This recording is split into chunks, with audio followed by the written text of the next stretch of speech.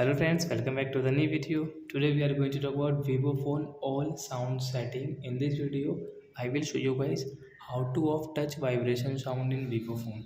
As touch vibration sound in Vivo phone guys, you want to off this setting so you can off it. In this video guys, I will show you how to off it. So before starting video friends, I want to tell you if you need my channel and you are watching my video first time, so first of all go and subscribe my channel, click the bell icon and like my videos. So and now let's start video. First of all open your phone setting and guys scroll it, come on sound setting guys, click and guys scroll it, then guys you can see touch vibration sound. So you want to off, so you can off from here. So a touch vibration sound will off in your Vivo phone. So I think friends we have understood how to off touch vibration sound in Vivo phone. So that's it guys. Thanks for watching my video. Now we will meet on next video with new topic. Before guys please go and like and subscribe my channel. Bye.